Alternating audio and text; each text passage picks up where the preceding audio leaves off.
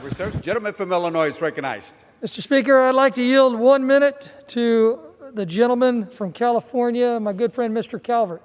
Gentleman from California is recognized for 1 minute. Mr. Speaker, I rise in opposition to an amendment in block number 4 and the underlying bill.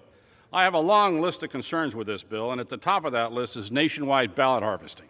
Democrats in California already legalized ballot harvesting in our state, despite our concerns with the practice. Republicans were determined to play by the rules, utilize legal ballot collection methods in the last election. One amendment in this package, offered by my California colleague, puts this hypocrisy on full display.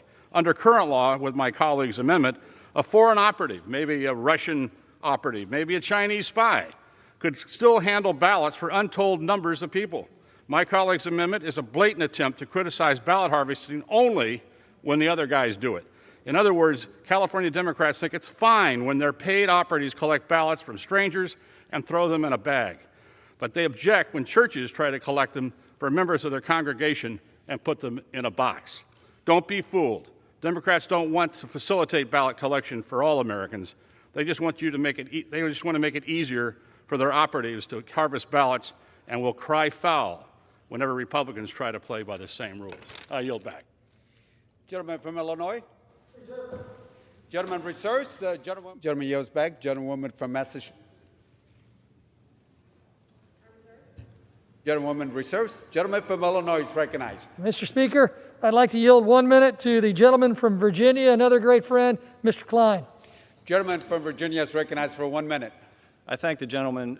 Mr. Speaker, the Constitution vests primary responsibility in state legislatures to set the times, place, and manner of congressional elections, allowing states and localities to determine how best to conduct elections to suit the needs of voters in their communities. But the bill before us today, and this amendment also, reverses the longstanding history of state control over the electoral process, makes unconstitutional changes to our election laws through a top-down federal power grab, and places unprecedented limitations on political speech.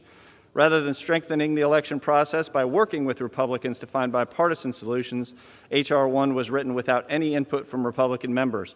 Some of the most egregious provisions include mandating states allow ballot harvesting, mandating same-day registration in all 50 states, abolishing the signature requirements for mail-in ballots, mandating absentee ballots be accepted up to 10 days after Election Day, mandating that states send ballots in the mail proactively, and finally, forcing taxpayers to pay politicians to campaign for office.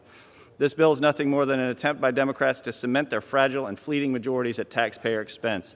The bill would limit the free speech of my voters, use my voters' tax dollars to fund candidates, and violate the Constitution by superseding the Commonwealth's ability to determine their own laws on voter eligibility. I urge my colleagues to join me in opposing this misguided and radical legislation.